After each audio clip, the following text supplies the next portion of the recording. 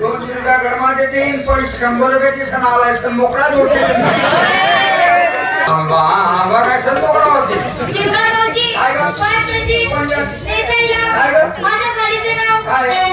माझ्या साडीचे नाव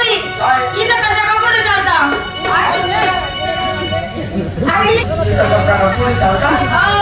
माझ्या नवीन नवीन कपडे